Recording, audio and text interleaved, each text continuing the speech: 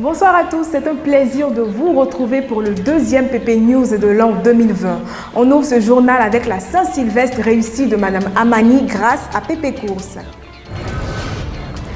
Le 31 décembre 2019, Madame Amani Sabine sortait du supermarché Cash Center du Vallon avec un sac contenant plusieurs articles, notamment le beurre Aya, de l'huile Huilor et de la poudre Milo.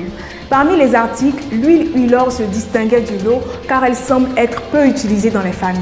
Selon Madame Amani, la particularité d'Huilor est qu'elle ne contient pas de cholestérol pour le bonheur des personnes d'un certain âge. Elle a aussi opté pour le beurre Aya qui a un bon goût, ne colle pas et ne contient pas de cholestérol. Sa facture totale qui s'élevait à 13 490 francs a été remboursée par l'équipe de PP Course. Alors, qui sera le prochain ou la prochaine à se faire rembourser l'intégralité de ses courses? Rendez-vous ce soir à partir de 21h30 pour un nouvel épisode de PP Course. Nous sommes au lendemain du jour de l'an et les populations de la capitale ivoirienne semblent encore endormies, récupérant des frasques de la veille.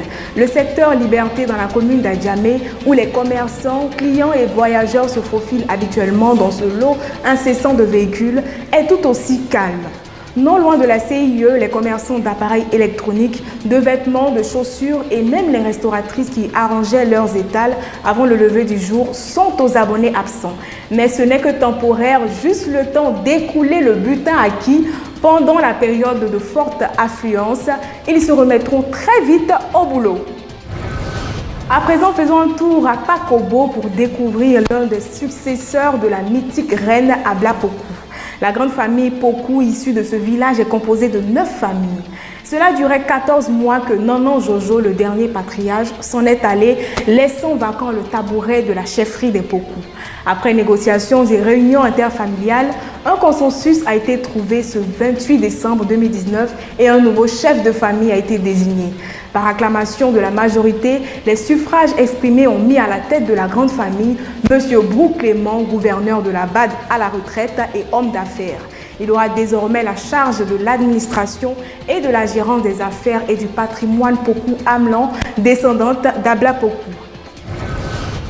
Et pour la rubrique découverte, déposons nos valises à Korogo, précisément à Ouaragneré, le village des tisserands. À l'origine, ce village s'appelait Ouakachere.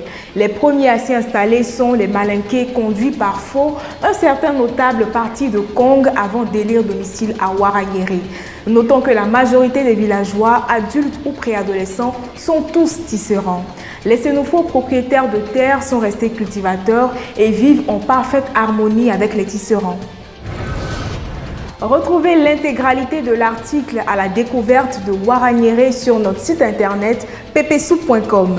Merci à tous de nous avoir suivis. J'espère avoir su mériter votre précieux temps.